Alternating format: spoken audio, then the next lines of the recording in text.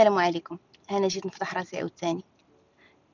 البارح بنتي عاوتاني سولاتني، قالت لي ماما علاش صعيب نثقوا في الناس؟ والصراحه وقفت، والجواب لقيته واجد في راسي. قلت لها بنتي الثقه بحال الدجاج، الا تهرس صعيب يرجع كيف ما كان.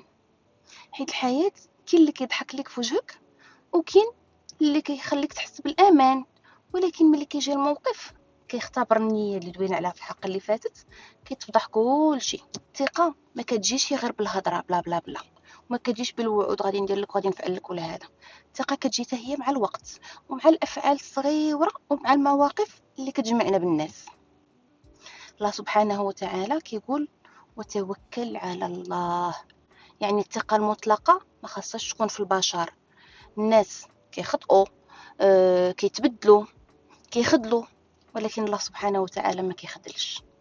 خلاصة، قلت لها بنتي ثقي في الناس، ولكن ما تعلقيش قلبك بهم. خلي قلبك معلق بالله سبحانه وتعالى، هو غادي يوريك شكون يستاهل الثقة ديالك وشكون لا. وانتوما واش صعيب عليكم تعطيو الثقة ديالكم، ولا كتعتبروها شي حاجة سهلة؟ كتبوها لي في الكومونتيرات. انا وفاء، وهذاك لا بنسى.